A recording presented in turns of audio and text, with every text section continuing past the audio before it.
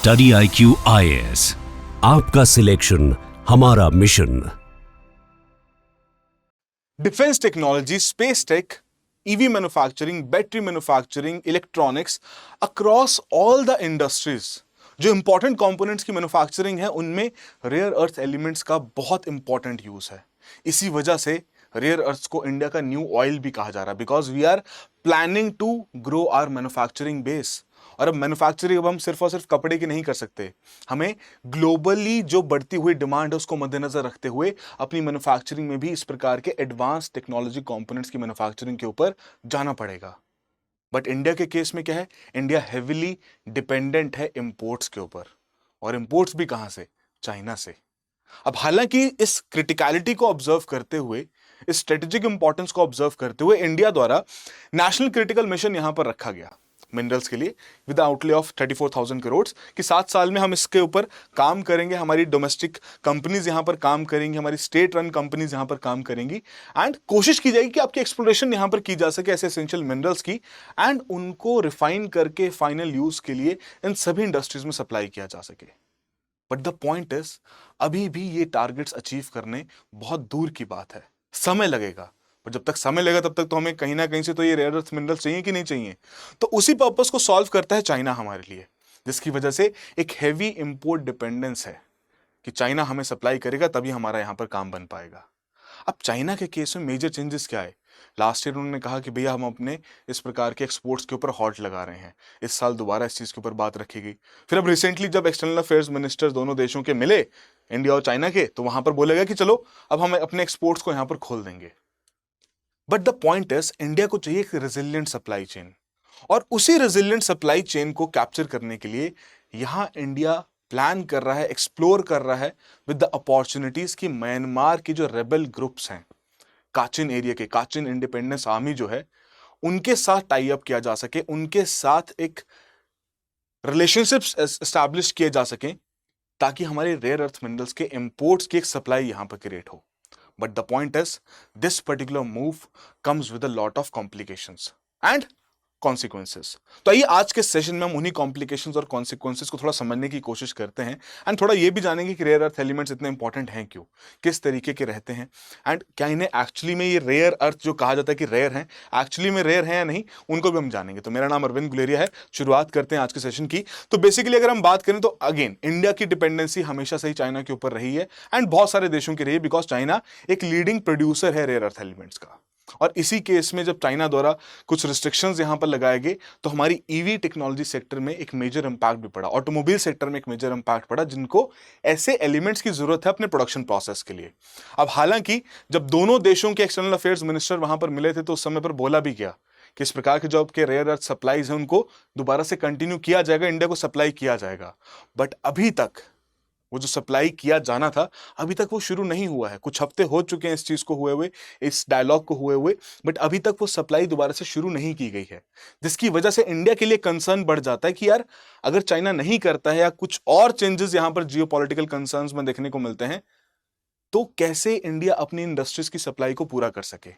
और इसी वजह से म्यांमार का जो काचिन रीजन है इसके ऊपर टैप करने की बात की गई है। अब देखते हैं काचिन रीजन को हम थोड़ा जानने की कोशिश करेंगे, क्या है काचिन रीजन की कहानी, क्या है, किस तरीके के कंसर्न्स वहां पर एसोसिएटेड है, उनको भी हम जानेंगे। बट अगर हम रेयर अर्थ्स की बात करें तो अक्रॉस ऑल द सेक्टर्स इनकी मेजर एप्लीकेशंस देखने को मिलती हैं। जैसे अगर मैं बोलूं कि भी आपको क्लीन टेक्नोलॉजी के ऊपर काम करना है तो उस केस में इनकी एप्लीकेशंस, इलेक्ट्रॉनिक्स में एप्लीकेशंस हैं, आपके उस प्रकार के जो कैटालिटिक कन्वर्टर्स हैं उनमें ताकि एमिशंस यहाँ पर कम किए जा सके। तो अक्रॉस इंडस्ट्रीज इनकी एप्लीकेशन, जिनकी वजह से डेफिनेट सी बात है कि इनकी रिक्वायरमेंट तो रहेगी। और ये रेयर अर्थ्स होते कौन से हैं, तो basically it is a group of 17 elements, जिनमें आपके स्कैंडियम, ट्रिम एंड लेंथेनाइड्स यहां पर देखने को मिलते हैं। ये आपको बेसिक जो पुराना हमारा पीरियोडिक टेबल रहता है, जिसको बचपन में केमिस्ट्री वाले सर थोड़ा डंडा घुमा के रटवाते थे, तो ये पीरियोडिक टेबल में से आपके 17 एलिमेंट्स हैं जिनकी एक रिक्वायरमेंट यहां पर रहती है, जो कि आपके रेयर अर्थ एलिमेंट्स यहां पर कहलाए जाते हैं। अब इन्हीं रेयर अर्थ एलिमेंट्स के केस में सबसे क्रूशियल पॉइंट क्या है कि रेयर अर्थ्स आपके रिएक्ट करते हैं with the other metallic and non metallic elements, ताकि डिफरेंट कंपाउंड्स यहां पर बनाए जा सकें जिनके डिफरेंट केमिकल बिहेवियर्स हैं, जो कि अक्रॉस इंडस्ट्रीज डिफरेंट पर्पसेस यहां पर सॉल्व करते हैं। जैसे कि अगर हम सीरियम की यहां पर बात करें तो यूज किया जाता है इन कैटालिटिक कन्वर्टर्स, ताकि जो गैस पोल्यूशन है उसके जो एग्जॉस्ट के थ्रू जो निकलता है उसको हम यहां पर रिड्यूस कर सकें, राइट। अपार्ट फ्रॉम दैट न्यूडीमियम की अगर हम यहाँ पर बात करें तो आपके पावरफुल मैग्नेट्स बनाने के लिए यूज होते हैं, जो कि आपके अक्रॉस इलेक्ट्रॉनिक्स डिफरेंट प्रोडक्ट्स में यहाँ पर यूज किया जाता है। तो इसी से पता लग रहा होगा कि यार इंपॉर्टेंट तो है इलेक्ट्रॉनिक्स की कंजम्पशन ही आप देख लीजिए, डिपेंडेंसी हमारी देख लीजिए गैजेट्स के ऊपर कितनी ज्यादा बढ़ चुकी है। तो प्रोडक्शन भी बढ़ानी है, तो उस केस में डेफिनेट सी बात है हमें इनकी सप्लाई चेन भी मेंटेन करके रखनी है। एंड उसी केस में अगर देखें कि भैया कौन सा देश इस पूरे सेगमेंट को यहां पर लीड करता है production wise, so we have China at the front end कि 68% यहां पर प्रोडक्शन इनके द्वारा यहां पर की जा रही है। वहीं यूएस 12%, म्यांमार 10%। तो म्यांमार का एक सिग्निफिकेंट शेयर है जिसकी वजह से हम चाहते हैं उनके साथ उस प्रकार का एक रिलेशनशिप एस्टैब्लिश करना, बट वो रिलेशनशिप जो है वो बहुत सारे कॉन्सिक्वेंसेस के साथ यहां पर आता है। बट द पॉइंट इज ये जो रेयर अर्थ एलिमेंट्स हैं जिनके बारे में बार बार हम बात कर रहे हैं, पिछले कुछ 5-6 महीनों से रेपिटेटिवली इनके ऊपर आर्टिकल्स भी यहां पर आ रहे हैं, बट क्या ये रेयर अर्थ एलिमेंट्स एक्चुअली में रेयर हैं? तो अगर देखा जाए जैसे आपका कॉपर और गोल्ड पाया जाता है ना, वैसे ही आपकी ये भी रिलेटिवली अबंडेंट मिनरल्स पाए जाते हैं। Cerium one of the most abundant element, again it is as common as copper. Neodymium की अगर हम बात करें, अगेन आपके लेड से भी ज्यादा कॉमन यहां पर पाया जाता है। But the point is what, ये जो पर्टिकुलर रेयर टर्म इसके साथ यूज की जा रही है वो क्यों यूज की जा रही है? क्योंकि आपके कॉन्सेंट्रेटेड फॉर्म में नहीं पाए जाते, राइट? ये उस तरीके के नहीं कि आपको कहीं पे कॉन्सेंट्रेशन में मिल गए वहां से आपने इसे एक्सट्रैक्ट कर लिया, नहीं, ये आपके बाकी मेटल्स के साथ कंबाइंड फॉर्म में पाए जाते हैं। So it is a very technical process कि इनको सेपरेट करना है, इनको प्रोसेस करना है, और वो प्रोसेस बहुत डिफिकल्ट और कॉस्टली है। So it is not about the presence, it is about the extraction of those minerals जो कि आपके डिफरेंट कंपाउंड्स में पाए जा रहे हैं, उनका एक्सट्रैक्शन किस तरीके से करना है। अब आपके मन में पॉइंट आ सकता है क्या इंडिया के पास बिल्कुल भी ऐसे कोई रेयर अर्थ एलिमेंट्स अवेलेबल नहीं है? जी नहीं, इंडिया के पास भी अवेलेबल है। हम 8% का जो ग्लोबली आपके रेयर अर्थ एलिमेंट्स का रिजर्व है उसका 8% हम यहां पर कंट्रोल करते हैं। But the point is what, हमारे पास उस प्रकार की टेक्नोलॉजीज ही नहीं है ताकि हम इनकी सेपरेशन और अगेन उस प्रकार का एक्सट्रैक्शन यहां पर कर सकें बाकी कंपाउंड्स में से। और वही टॉप 5 कंट्रीज में देखा जाए तो इंडिया का रैंक 3rd यहां पर रखा जाता है।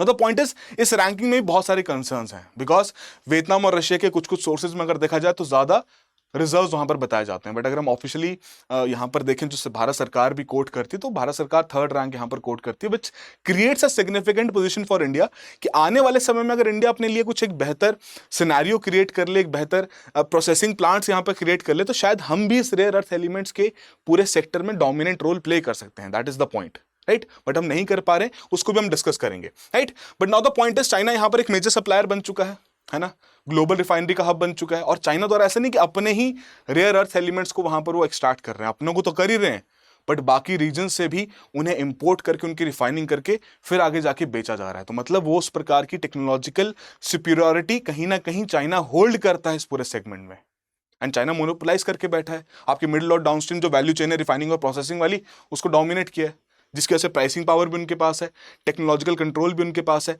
एंड जियोपॉलिटिकल लेवरेज भी उनके पास है। दैट इज वाई चाइना इस पूरे सेगमेंट पे यहां पर लीड कर पा रहा है, और हम नहीं चाहते कि हमारी डिपेंडेंसी यहां पर चाइना के ऊपर बने। इसी कारणवश इंडिया यहां पर चाहता है कि जो इंडिया का IREL है, इंडिया रेयर अर्थ एलिमेंट जो आपकी लिमिटेड है, सरकारी जो कंपनी और जो प्राइवेट फर्म है यहां पर मिडवेस्ट एडवांस मटेरियल्स, इनको कहा जा रहा है कि आप वहां से सैंपल्स मंगवाइए, राइट? वहां से सैंपल्स की टेस्टिंग कीजिए, देखिए किस प्रकार की एक्सट्रैक्शन यहां पर की जा सकती है। But the point is what, ये जो सैंपल्स मंगवाने की बात की जा रही है, ये सैंपल्स या जो ये आपके रेयर अर्थ एलिमेंट्स है म्यांमार में, ये काचिन रीजन में पाए जाते हैं। और काचिन रीजन एक रिबेलियन ग्रुप के अंदर एक नॉन स्टेट एक्टर वहां पर आपका कंट्रोल लेके बैठा हुआ है, सरकारी कंट्रोल में नहीं है, वो एक नॉन स्टेट एक्टर है, एक रिबेलियन ग्रुप है काचिन इंडिपेंडेंस आर्मी, उनके कंट्रोल में वहां पर है। अब इंडिया अगर इस प्रकार का रिलेशनशिप एक्सटेंड करता है एक नॉन स्टेट एक्टर के साथ, तो जाहिर सी बात है भैया जियोपॉलिटिकल कंसर्न्स तो यहां पर बढ़ेंगे ही। बट अगर हम म्यांमार की यहां पर बात करें तो इन्हीं रेयर अर्थ एलिमेंट्स में कुछ आपके हैवी रेयर अर्थ एलिमेंट्स भी रहते हैं, राइट? अब उसमें देखा जाए तो Myanmar is playing a very significant role. Significant role किस तरीके से कि जो ग्लोबल प्रोडक्शन है उसका 50%, ऐसे हैवी रेयर अर्थ एलिमेंट्स का जो 50% है ग्लोबल प्रोडक्शन का, म्यांमार यहां पर होल्ड करके बैठा है। और उसी रेयर अर्थ एलिमेंट्स की जो मेजर कॉन्सेंट्रेशन है इस काचिन रीजन में यहां पर पाई जाती है, right? And Kachin region again अगर आप देखें इंडिया के साथ बिल्कुल बॉर्डर भी यहां पर शेयर करता है, और एक बहुत पुराना सेटवेल रोड भी यहां पर है, राइट? जो अंग्रेजों के समय पर यहां यूज किया जाता था वॉर्स के समय पर, राइट? वो कनेक्टिविटी जो प्रोवाइड करता है। But now this Kachin region जहां पर आपका dysprosium as well as terbium यहां पर पाए जाते हैं, जो हैवी रेयर अर्थ एलिमेंट्स हैं, they are very concentrated over here. जो कि आपके हाईटेक मैन्युफैक्चरिंग में यूज किए जा रहे हैं, मिलिट्री, एरोस्पेस, रिन्यूएबल सेक्टर, हर एक सेक्टर में यूज किए जाते हैं। बट ये रीजन कंट्रोल में किसके है? काचिन इंडिपेंडेंस आर्मी के। और ये 1961 से बनी हुई आर्मी है। इनकी बहुत सारी डिमांड्स थी कि भैया उनको ऑटोनॉमी चाहिए, किस रीजन में किस प्रकार की प्लानिंग यहाँ पर की जाए, और तब से सरकार के साथ कॉन्फ्लिक्ट यहाँ पर चल रहा था, राइट। बट 2021 में जो मिलिट्री कू वहाँ पर हुआ म्यांमार में, उसके बाद म्यांमार जुंटा वहाँ पर आ गया, जो मिलिट्री अलायंस वहाँ पर बन चुका है, मिलिट्री द्वारा रन किया जा रहा है वो पर्टिकुलर देश। अब उनका आपस में कॉन्फ्लिक्ट है, उस प्रकार के टेंशंस हैं। अब हालांकि रिसेंटली प्रधानमंत्री एससीओ समिट में उनके साथ मिले भी थे, जो वहाँ के अभी रोल संभाला हुआ जिन्होंने प्रेसिडेंट का, उनके साथ मिले भी थे। बट अगर इसी तरीके से इंडिया इस काचिन रीजन के साथ, इस काचिन स्टेट के साथ अपने किसी प्रकार के इकोनॉमिक रिलेशंस या डिप्लोमेटिक रिलेशंस की शुरुआत करता है, तो कॉन्सिक्वेंसेस तो आप समझ चुके होंगे, काफी हद तक क्रिएट हो जाएंगे। But that is not the point. Point यहां पर क्या है कि चाइना भी करता था। चाइना ने म्यांमार से बहुत सारे रेयर अर्थ एलिमेंट्स का एक्सट्रैक्शन यहां पर किया है सिग्निफिकेंट तरीके से। एंड जब मिलिट्री कू 2021 में हुआ था, उसके बाद काचिन इंडिपेंडेंस आर्मी ने इस रीजन का, जहां पर काचिन रीजन में जहां पर मेजर तरीके से आपके ये प्लांट्स थे, रिफाइनरीज अवेलेबल थी, उनके ऊपर कंट्रोल अपना बढ़ा दिया है, जिसके कारण उनके द्वारा एक्सपोर्ट्स चाइना को नहीं किए जा रहे। तो कहीं ना कहीं एक जियोपॉलिटिकल एंगल यहां पर यह भी आता है। इंडिया ये भी देखना चाहता है कि यार जिसको सामान चाइना नहीं बेच पा रहा है, चाइना जिसका सामान नहीं खरीद पा रहा, कोशिश करते हैं हम ही उसको खरीद लेते हैं, हम ही अपनी सप्लाई चेन यहाँ पर क्रिएट कर लेते हैं। बिकॉज समय काफी हो चुका है जब दोनों देशों के एक्सटर्नल अफेयर्स मिनिस्टर वहां पर मिले थे और दोनों ने कहा था कि चलो चाइना अब अपनी सप्लाई दोबारा से रीओपन कर देगा, बट अभी तक वो हुआ नहीं है। सो मे बी एक इंडिकेशन यहां पर दी जा रही है कि अगर आप नहीं देंगे तो हम एक ऐसे पार्टी से सामान ले लेंगे जो आपको भी प्रोवाइड नहीं कर रहा। तो पहले काफी सिग्निफिकेंट रिलेशनशिप था इसका चाइना और म्यांमार का बिफोर दिस 2021, और जब से KIA वहां पर आया है तब से वो उस प्रकार के एक्सपोर्ट्स चाइना के लिए रुक चुके हैं। So that is why India is considering कि भैया इस पर्टिकुलर पॉइंट के ऊपर भी काम किया जा सके। But what about the consequences? तो कॉन्सिक्वेंसेस डिस्कस करने से पहले एक बहुत क्रूशियल क्वेश्चन आपके लिए।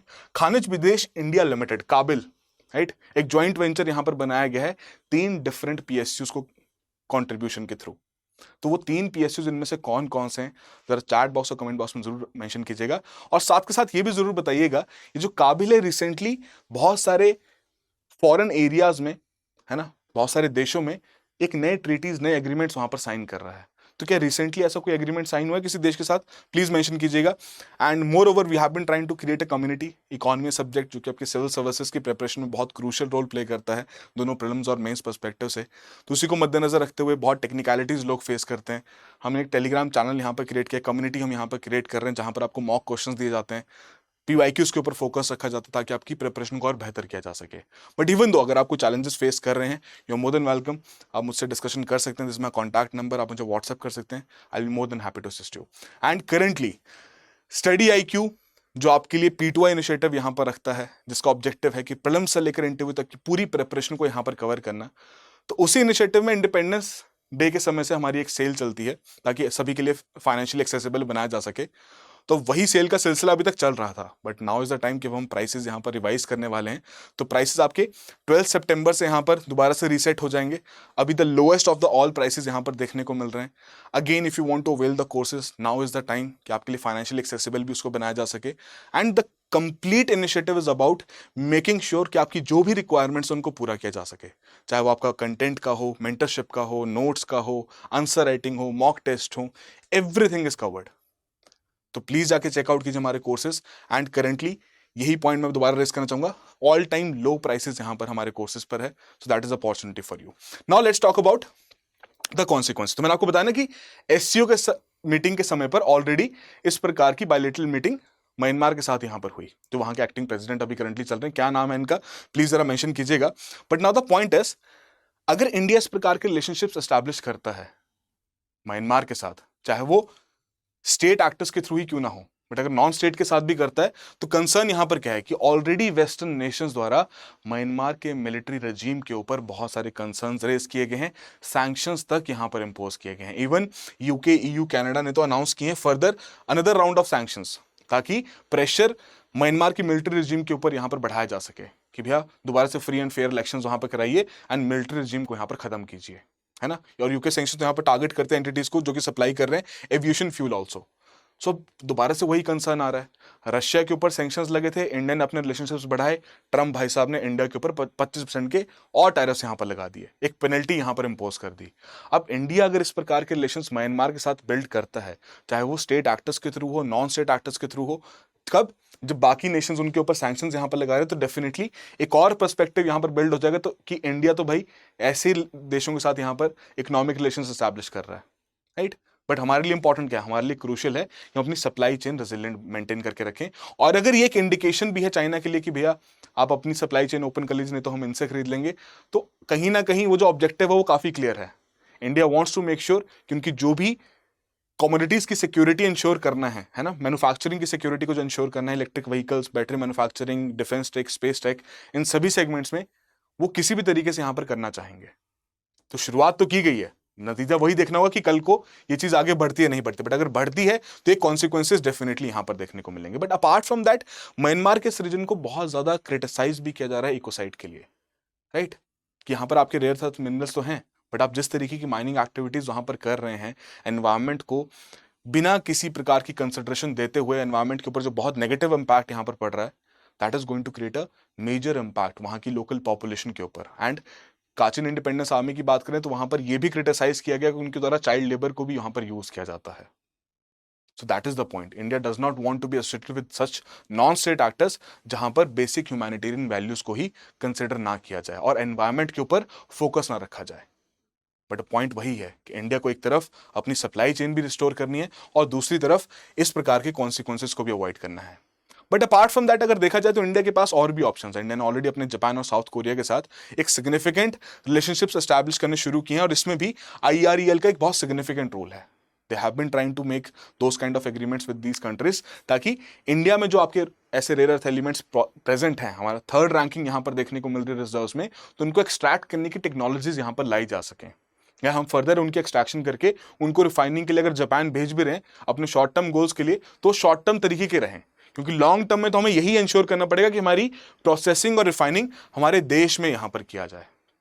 और यही टारगेट रखा जा रहा है कि माइन से मैग्नेट्स तक की जो स्ट्रैटेजी है, अब एक क्रूशियल नीड यहां पर बन चुका है इंडिया की, बिकॉज अगर इंडिया यहां पर होल्ड करता है 8% ऑफ द ग्लोबल रिजर्व्स, तो वो 8% ऑफ द ग्लोबल रिजर्व्स उनकी माइनिंग में भी रिफ्लेक्ट होने चाहिए, उनकी रिफाइनिंग में भी रिफ्लेक्ट होने चाहिए। बट रिफाइनिंग के केस में देखा जाए, सेपरेशन टेक के केस में देखा जाए, तो हार्डली जो कॉन्ट्रीब्यूशन वो 1% से भी कम की देखने को मिलती है, क्योंकि हमारे पास उस प्रकार का ये सिस्टम ही डेवलप नहीं हो पाया है। तो इसके ऊपर काम करना डेफिनेटली IREL तो यहां पर काम कर ही रहा है, but apart from that private actors की भी पार्टिसिपेशन यहां पर चाहिए होगी। And these kind of strategic partnerships, इनके ऊपर फोकस क्या होना चाहिए, इनके ऊपर फोकस यही होना चाहिए कि इसके थ्रू हम टेक्नोलॉजी ट्रांसफर यहां पर कर सकें, सीख सकें कि भैया चाइना किस तरीके से पॉसिबल है उनके लिए ये सभी चीजें कर पाना, कि ग्लोबल डोमिनेंस यहां पर उन्होंने क्रिएट कर दिया है। अगर हमारे पास भी रिजर्व्स हैं, हम भी अपना डोमेस्टिकली एक अच्छा रिफाइनिंग प्रोसेस यहां पर क्रिएट करें जो कि हमें लॉन्ग टर्म रिजल्ट जनरेट करके दे सके। बिकॉज जितने भी applications in rare earth minerals के देखने को मिलते हैं वो सभी इंडिया के फ्यूचर टारगेट्स हैं। Clean energy, defence technology, space tech, ये सारे हमारे फ्यूचर टारगेट्स हैं। तो उन फ्यूचर टारगेट्स को अचीव करने के लिए we definitely need to tap on these resources, तभी जाके शायद हम उस प्रकार का जो विकसित भारत का टारगेट भी है उसे यहां पर पूरा कर पाएंगे। तो आई होप आप सभी के लिए कुछ ना कुछ वैलिडेशन यहां पर जरूर हुआ हो। So that will be all the very best, have a good preparation. Study IQ IAS, आपका सिलेक्शन हमारा मिशन।